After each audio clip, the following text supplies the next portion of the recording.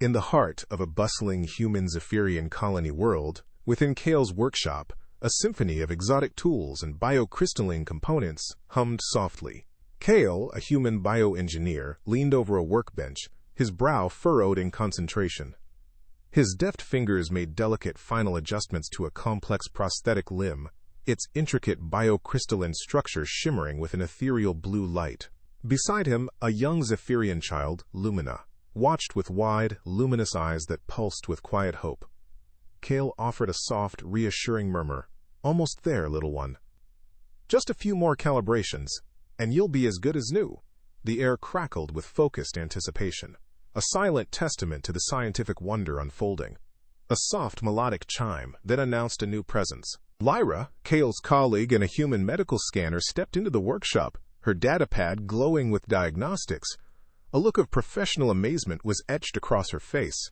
"Kael, it's perfect," she announced, her voice tinged with incredulity. "Bioneural compatibility is at 100%. I've never seen interspecies adaptation rates like this. Our Zaphirian counterparts have been trying for millennia, and their own bioengineers have always failed to achieve such seamless integration." Lumina, sensing the shift in the room's energy, emitted a soft, curious chime, her subtle bioluminescent patterns shifting from pale green to a gentle amber. Lyra's astonishment highlighted the truly groundbreaking nature of Kael's success. Kael, his quiet conviction evident, took a moment to explain his unique method. The key, Lyra, was not to force human tech onto Zaphirian biology, but to build a bridge between them. He gestured towards holographic schematics of the prosthetic, which materialized in shimmering detail. "I merged our advanced engineering with their natural biocrystalline structures." It meant reverse engineering Zaphirian cellular regeneration and developing a neural translator that speaks their body's ancient language. His passion was clear, a deep reverence for Zaphirian biology shining through his words.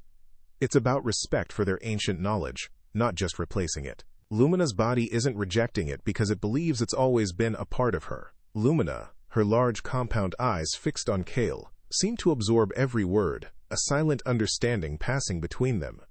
Lyra, her initial astonishment now morphing into growing optimism, gently encouraged Lumina. "Ready to try it out, Lumina?" The child nodded, a faint blue glow emanating from her, mirroring the prosthetic. With a deep breath, Lumina tentatively activated the limb. It shimmered with a vibrant blue radiance, a perfect match to her natural crystalline structure. She took an experimental step, then another, her movements fluid and natural. Her entire body erupted in a cascade of brilliant bioluminescence, radiating pure, unadulterated happiness.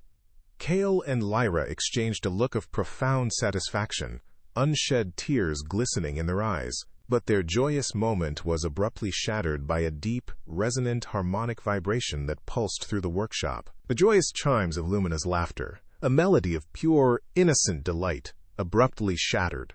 A deep, resonant harmonic vibration pulsed through Kael's workshop, rattling his meticulously organized shelves and sending shivers down Lyra's spine. The very walls of the structure groaned, a low, guttural sound that seemed to emanate from the sky itself. Outside the panoramic window, the azure daylight was swallowed by colossal shadows. Massive Zaphirian ships, crystalline behemoths, whose sheer scale dwarfed any human vessel, descended from the heavens, their arrival a silent, terrifying declaration. Lumina, her new limb glowing a faint, nervous blue, instinctively clutched Kael's leg, her earlier joy replaced by wide-eyed trepidation.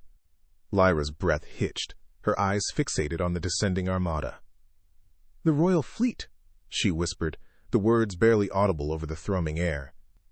Her voice was laced with a mixture of awe and profound fear. "But why?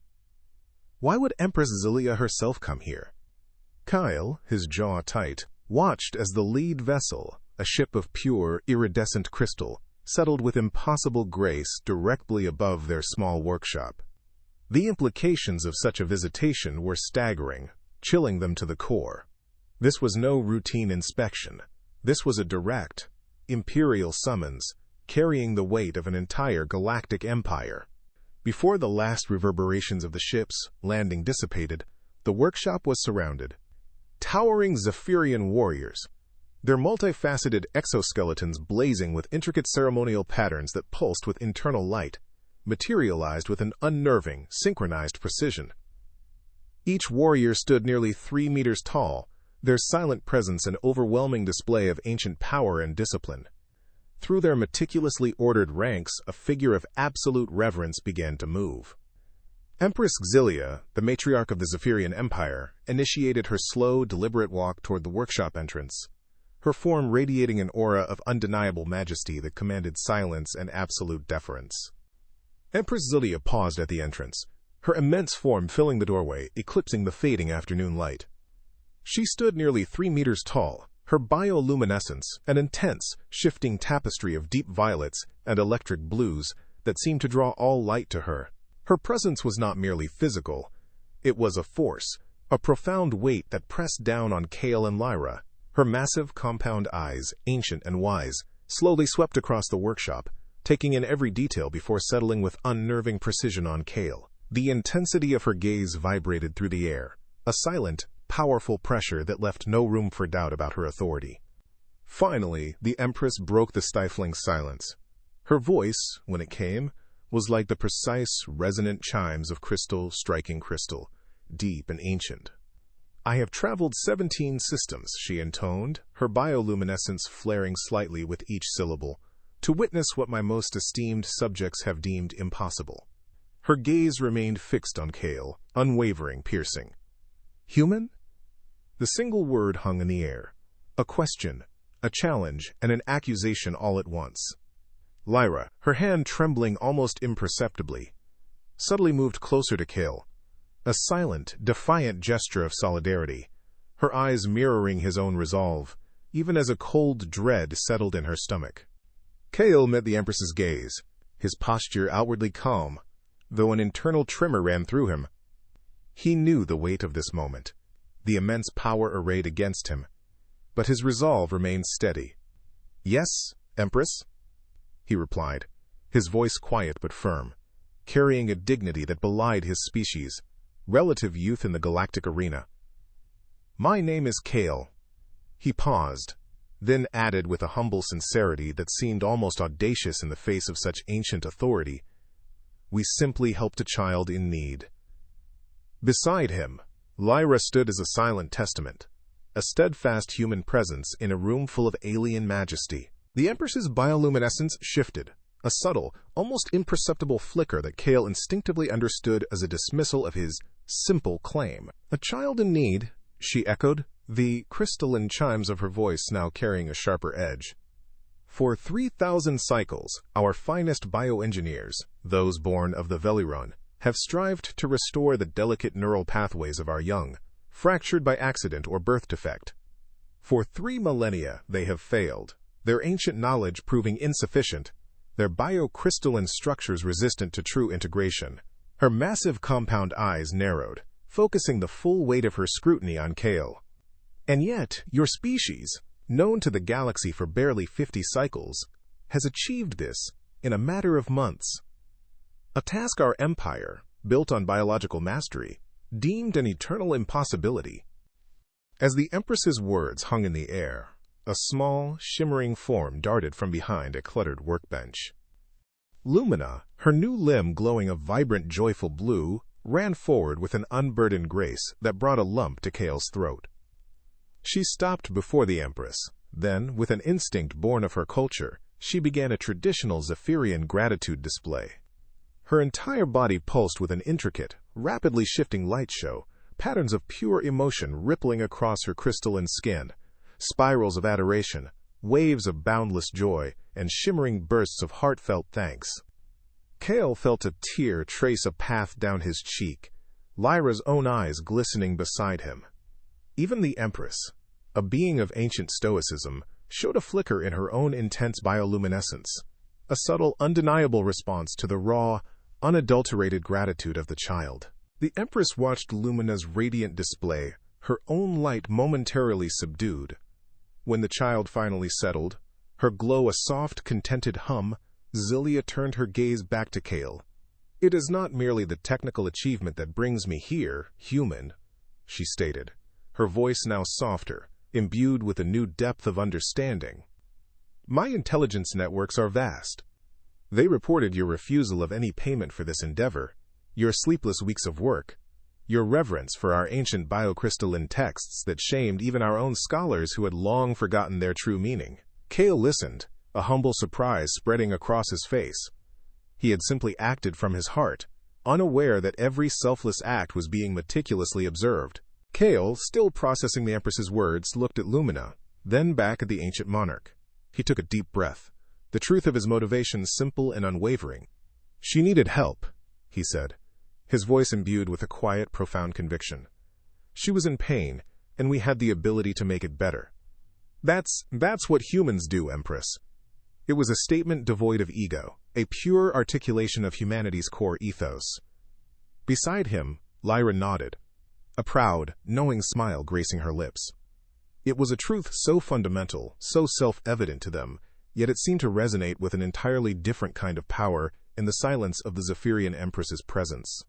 A long, contemplative silence descended, broken only by the soft, contented hum of Lumina's bioluminescence. Empress Xylia's own light pulsed slowly, as if she were processing Kael's simple words, weighing them against millennia of Zaphirian history and tradition. Finally, her voice, now imbued with a reverence that shocked Kael and Lyra, broke the quiet. "In our ancient tongue," she declared, her bioluminescence flaring to its full, magnificent intensity, "there is a word, Velaron. It means one who creates possibility where none existed. It is our highest honor, reserved for those who fundamentally alter the course of our destiny." Her massive compound eyes fixed on Kael once more, but this time, the intensity was not scrutiny, but profound respect. "Kael, of humanity, I bestow upon you the title of Velaron. You are the first non-Zaphirian to ever receive it." As she spoke, her honor guard, arrayed outside, began to display synchronized, intricate light patterns. A silent, breathtaking tribute to the human who had just been recognized as a beacon of possibility. Empress Xylia, her bioluminescence a vibrant, shifting tapestry of intent, extended a crystalline digit towards Kael. Her voice, still resonating with the ancient chimes of her species, declared, "Velaron, the partnership between our species changes today. We move beyond mere coexistence, into an era of true symbiosis."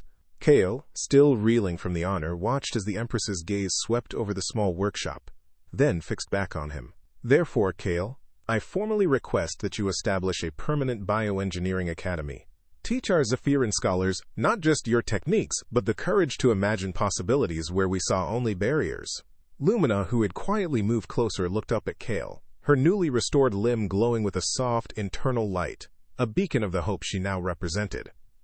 The magnitude of the request, the sheer scope of an ancient empire entrusting its future to a human, was almost unfathomable. Kael's eyes met Lyra's, and in her wide, astonished gaze, he saw his own bewildered awe, his own dawning sense of destiny reflected back. It was too immense for one person, too profound for a simple yes. Taking a steadying breath, Lyra stepped slightly forward, speaking for them both. "Empress Xylia," she began, her voice gaining a professional clarity even amidst the wonder. "We accept.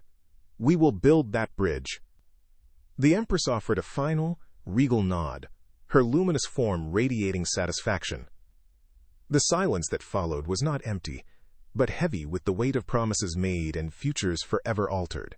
As the last of the majestic Zaphirian Royal Fleet ascended into the dimming afternoon sky, their crystalline forms glinting like jewels against the twilight, a new kind of peace settled upon the colony world. Outside the workshop, where the ground had so recently thrummed with alien power, Lumina now played with other Zaphirian children.